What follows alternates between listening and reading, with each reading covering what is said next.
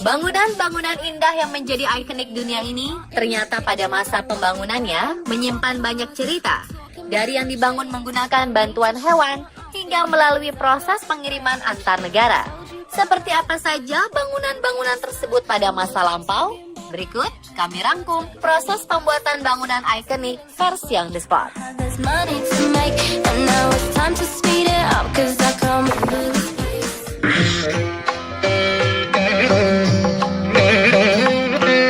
Bangunan yang terletak di kota Agra, India ini memang terbukti keindahannya dengan menjadi salah satu keajaiban dunia dan dinobatkan sebagai situs warisan dunia oleh UNESCO.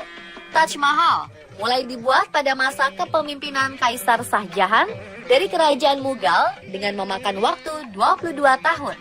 44 jenis batu permata seperti jade, kristal, berlian, topaz, dan nilam digunakan sebagai interior untuk memperindah Taj Mahal.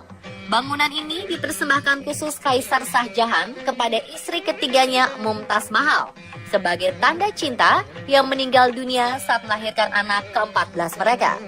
Awalnya jenazah Mumtaz Mahal dibawa ke sebuah tempat kecil di tepi sungai Yamuna hingga kompleks makam selesai dibangun. Dikisahkan, Shah Jahan sebenarnya ingin membangun Taj Mahal dari marmer hitam untuk menunjukkan kesedihannya ditinggal sang istri. Kisah itu didukung dengan adanya pondasi-pondasi di lahan seberang sungai Yamuna di belakang kompleks Taj Mahal. Sayangnya hal tersebut kemudian tak terlaksana karena Shah Jahan terlanjur dikudeta putranya sendiri, Aurangzeb. Menurut sejarah, kompleks Taj Mahal yang terdiri dari 5 bagian seperti Darwaza atau gerbang utama, Bagecha atau taman, masjid, Nakarkana atau rumah peristirahatan, dan Rauza atau mausoleum dibangun oleh 20.000 pekerja dengan dibantu 1.000 tenaga gajah.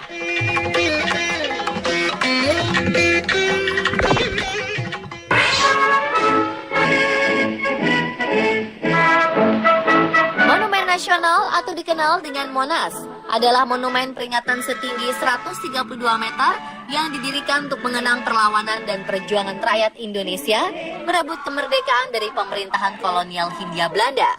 Pembangunan Monas terbagi menjadi 3 tahap.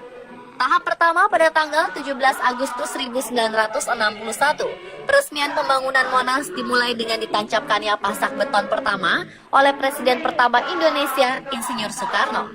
Dalam pembangunannya, total 284 pasak beton dan 360 pasak bumi digunakan sebagai pondasi bangunan. Pada bulan Maret 1962, keseluruhan pemasangan pondasi selesai dikerjakan. Di bulan Oktober, menyusul dinding museum di dasar bangunan selesai dibangun. Pembangunan monumen tinggi atau biasa disebut obelisk kemudian dimulai dan selesai pada bulan Agustus 1963. Pembangunan tahap kedua sempat tertunda karena terjadi peristiwa G30 SPKI dan dilanjutkan pada tahun 1966 hingga 1968. Di tahap akhir pembangunan Monas berlangsung pada tahun 1969 hingga 1976 dengan menambahkan diorama pada Museum Sejarah. Di puncak Monas terdapat cawan yang menopang nyala lampu perunggu dengan berat mencapai 14,5 ton dan dilapisi 35 kg emas. Lidah api atau obor berukuran tinggi 14 meter dan berdiameter 6 meter ini terdiri dari 77 bagian yang disatukan. Di tahun 1995, untuk menyambut perayaan 50 tahun kemerdekaan Indonesia, lembaran emas itu dilapisi ulang hingga mencapai berat 50 kg.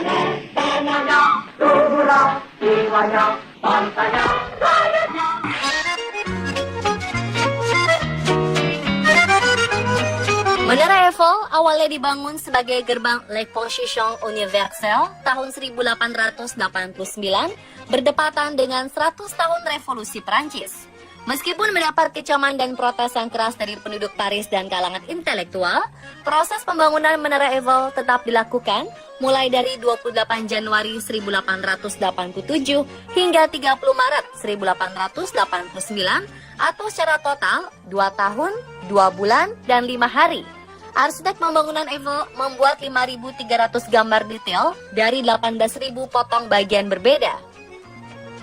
Menara ini terdiri atas 18.038 buah besi baja yang dikaitkan dalam bentuk persilangan diperkuat dengan 2.500.000 buah paku.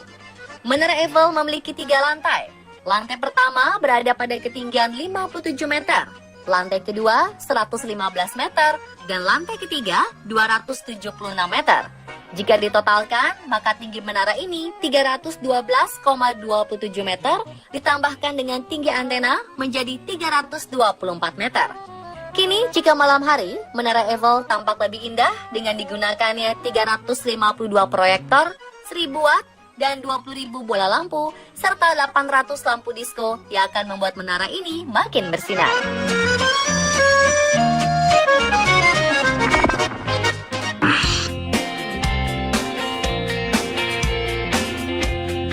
Berawal dari keinginan dibangunnya sebuah gedung opera, diadakanlah sayembara yang dimenangkan oleh seorang arsitek Denmark bernama Bjørn Utzon.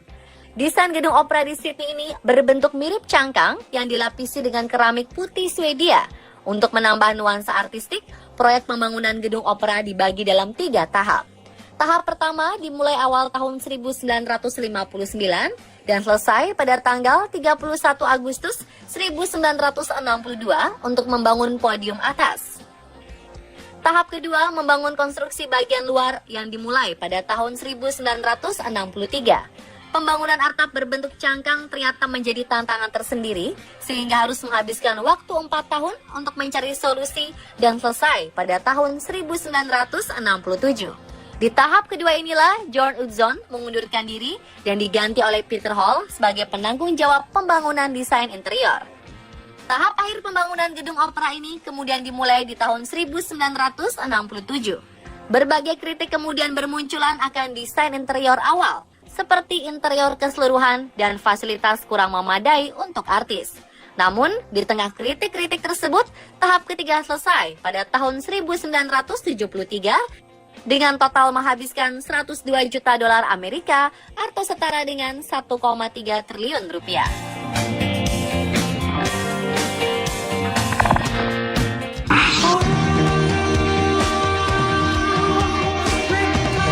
Meskipun menjadi ikonik negara Amerika Serikat, namun pembuat patung ini adalah seorang warga negara Prancis bernama Frédéric Auguste Bartholdi. Sejak kecil, Bartholdi sudah menyukai seni hingga saat beranjak dewasa, tepatnya tahun 1876, ia mendapat gagasan untuk membuat patung bertema kebebasan, dan di sanalah patung Liberty tercipta. Patung Liberty yang membutuhkan banyak dana membuat Bartholdi meminta banyak sumbangan. Hingga akhirnya pada tahun 1879 terkumpul sekitar 750.000 dolar Amerika atau setara 9,7 miliar rupiah. Uang inilah yang digunakannya membangun banyak bagian dari patung. Desain dasar dari patung Liberty dibuat dari metal-metal pembuatan Menara Eiffel yang sudah berdiri tegak. Bartholdi kemudian melapisi beberapa bagiannya dengan batu dan mulai mengukir sesuai dengan desain yang telah dibuat. Akhirnya pada tahun 1884, patung Liberty, yang merupakan simbol dewa kebebasan Libertas, berhasil diselesaikan dengan sangat sempurna.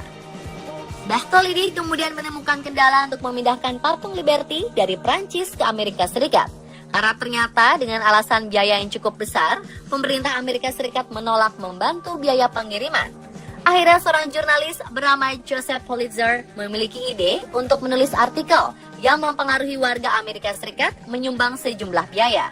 Cara ini ternyata berhasil dan patung Liberty dengan berat puluhan ribu ton pun berlayar jauh dari Prancis ke Amerika Serikat pada tahun 1885. Setibanya di Amerika Serikat, patung Liberty membutuhkan waktu 6 bulan hingga mencapai susunan sempurna. Akhirnya pada tanggal 25 Oktober 1886, patung Liberty mampu berdiri dengan tegak.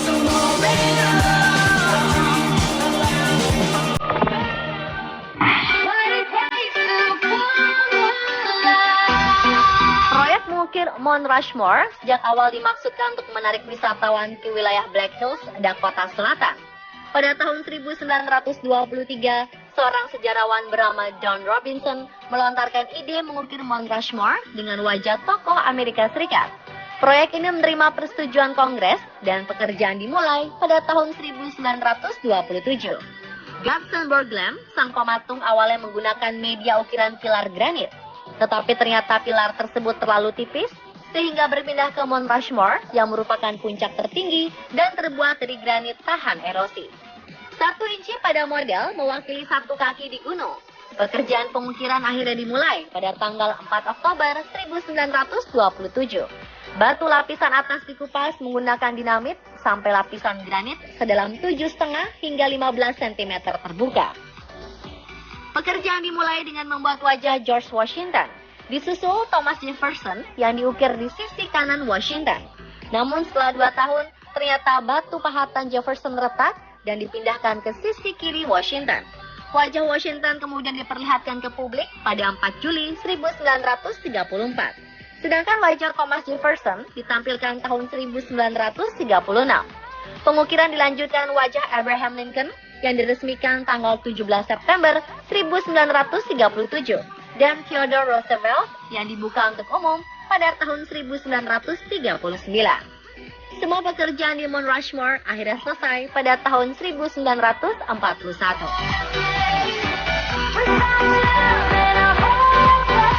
Dan pemirsa, itulah proses pembuatan bangunan ikonik versi on the spot.